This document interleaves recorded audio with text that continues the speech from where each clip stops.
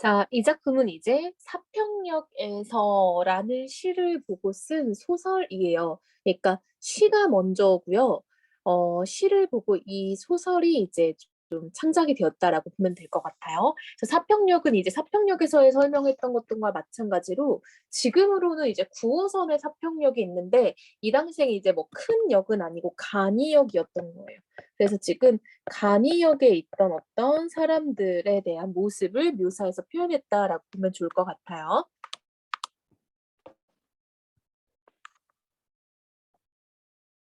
그래서 간이역을 배경으로 하고 있는 이제 소설이라고 보면 될 것 같고요. 간이역이라는 것 자체가 굉장히 이제 작은 역이죠. 사실 간이라는 것 자체 우리 간이 의자, 뭐 간이 텐트 이런 말 쓰잖아요. 그러니까 이게 늘상 있는 게 아니라 그냥 중간중간에 잠깐 있는 그런 것들이기 때문에 이 간이역이라는 것 자체가 되게 조금 조그마하고 소박하고 뭔가 좀 쓸쓸한 이미지를 만든다라는 거죠.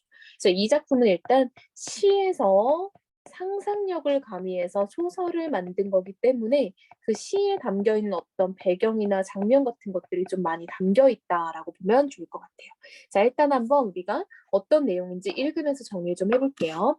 막차는 좀처럼 오지 않았다라고 지금 시작을 하고 있죠. 시하고 굉장히 비슷하게 출발을 하고 있어요. 자, 이 막차라는 것은 어떻게 보면 좀 쓸쓸한 이미지를 가지고 있다라고 했었죠.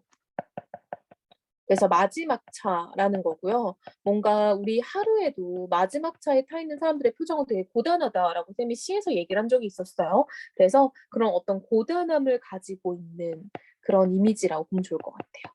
별로 복잡할 내용이랄 것도 없는 장부를 마저 꼼꼼히 확인해보고 나서야 늙은 역장은 돋보기 안경을 벗어 책상 위에 놓고 벌써 30분이나 지났군. 출입문 위쪽에 붙은 낡은 벽시계가 8시 15분을 가리키고 있다. 하긴 뭐 벌써라는 말을 쓰는 것도 새삼스럽다고 그는 생각한다. 이렇게 작은 산골 간이역에서 제 시간에 도착하는 완행열차를 보기가 그리 쉬운 일은 아님을 익히 알고 있는 탓이다. 그러니까 한마디로 이게 좀 원래도 좀 시간을 딱딱딱 맞춰서 오는 편은 아니라는 거죠. 더군다나 오늘은 눈까지 내리고 있지 않은가라고 해서 지금 계절적 배경은 겨울이다라는 걸 알 수 있겠죠. 그래서 지금 눈 내리는 어느 겨울날에 기차가 연착되고 있다라는 걸 알 수 있네요. 자, 지금 보니까요. 지금 인물은 딱 한 명 등장했어요. 그쵸? 누구요? 늙은 역장 한 명 등장을 했고요. 나라는 말이 안 나오고 서술이 되는 걸 보아하니 이 작품은 작품 밖에 서술자가 있다라는 거 볼 수 있겠죠. 자, 작품 밖 서술자인데 인물의 네 명까지 모두 다 알고 있기 때문에 이 작품의 시점은 전지적 작가 시점이라고 할 수 있겠네요. 전지적 작가 시점인데 특히 여기 앞부분은 지금 늙은 역장이라는 그 인물을 초점을 해서 지금 설명을 하고 있어요. 그래서 늙은 역장의 시선으로 이야기를 서술하고 있다라는 거죠. 그러니까 한마디로 서술자는 전지적 작가 시점의 서술자인데 역장의 관점에서 지금 서술하고 있다라는 거예요. 역장은 손바닥을 비비며 창가로 다가서더니 유리창 너머로 무심히 시선을 던진다. 건널목 위역 외눈박이 수은 등이 껑충하게 서서 홀로 눈을 맞으며 희뿌연 얼굴로 땅바닥을 내려다보고 있다라고 의인법이죠. 우리 가로등이 뭘 내려다보고 말고 하는 게 아니잖아요. 그쵸? 송이눈이다. 갓난아이의 주먹만한 눈송이들은 어둠 저편에 까맣게 숨어 있다가 느닷없이 수은 등의 불빛 속으로 뛰어들어오면서 자, 이번에는 눈을 의인화하고 있는 거죠. 자, 여기 위에는 지금 수은 등, 가로등을 의인화한 거고요. 아래에는 눈을 의인화한 거죠.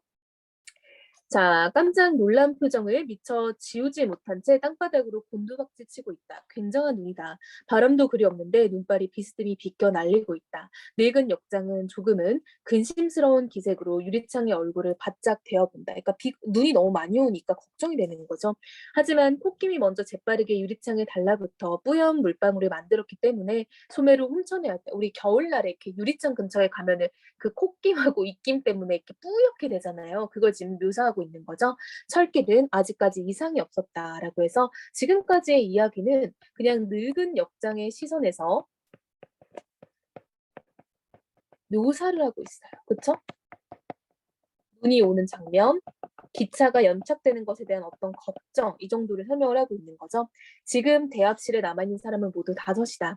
한가운데 톱밥 난로가 놓여 있고 그 주위로 3사람이 달라붙어 있다. 난로는 양철통 2개를 맞붙여서 세워놓은 듯한 꼬락서미로 그나마 녹이 잔뜩 슬어 있어서 그간 겨울을 몇 차례나 맞고 보냈는지는 어림잡기조차 힘들다. 난로의 허리께에 톱날 모양으로 촘촘히 뚫린 구멍 세로는 톱밥이 타들어가면서 내는 빨간 불빛이 내비치고 있다. 지금 색채가 묘사되고 있죠. 자, 하지만 형편없이 낡아빠진 그 난로 하나로 겨울밤에 찬 공기를 덮이기엔 어림도 없을 듯 싶다. 라고 해서 지금 대합실에 남아있는 사람은 모두 5명인데요. 이 5명은 지금 난로를 쬐고 있는데 그 난로 하나로 이 대합실을 데우기에는 어림도 없다라고 함으로써 이 5의 인물들이 굉장히 고단한 시간을 보내고 있다라는 것도 알 수 있고요. 그들의 삶 역시 고단했을 거다라는 걸 지금 암시하는 기능을 한다라고 보면 좋을 것 같아요. 자, 이건 아주 짧게 이 이야기를 본 거고요. 전체 줄거리는 이제 이 대합실에 있었던 사람들. 근데 이 모든 사람들은 다 고단한 삶을 살고 있는 사람들이에요. 그래서 고단한 삶을 사는 이런 소설 속의 인물들의 삶을 묘사를 함으로써 어떤 삶의 좀 힘듦, 지침 이런 것들을 묘사하고 있다라고 볼 수 있겠죠. 그래서 지금 이런 대합실의 쓸쓸한 분위기 그리고 이 겨울에 눈 내리는 풍경을 지금 묘사함으로써 어떤 간이역이 가지고 있는 좀 외롭고 좀 쓸쓸하고 뭔가 소박한 그런 분위기를 묘사하는 소설이라고 보면 좋을 것 같고요. 너무 일부만 봤기 때문에 전체 이야기를 좀 짐작하기는 어려울 것 같아요. 그래서 전반적으로 이런 이야기가 이어지고 조금 궁금하다면 쌤이 좀 전문을 한번 뽑아줄 테니까 다시 한번 읽어보면 좋을 것 같아요.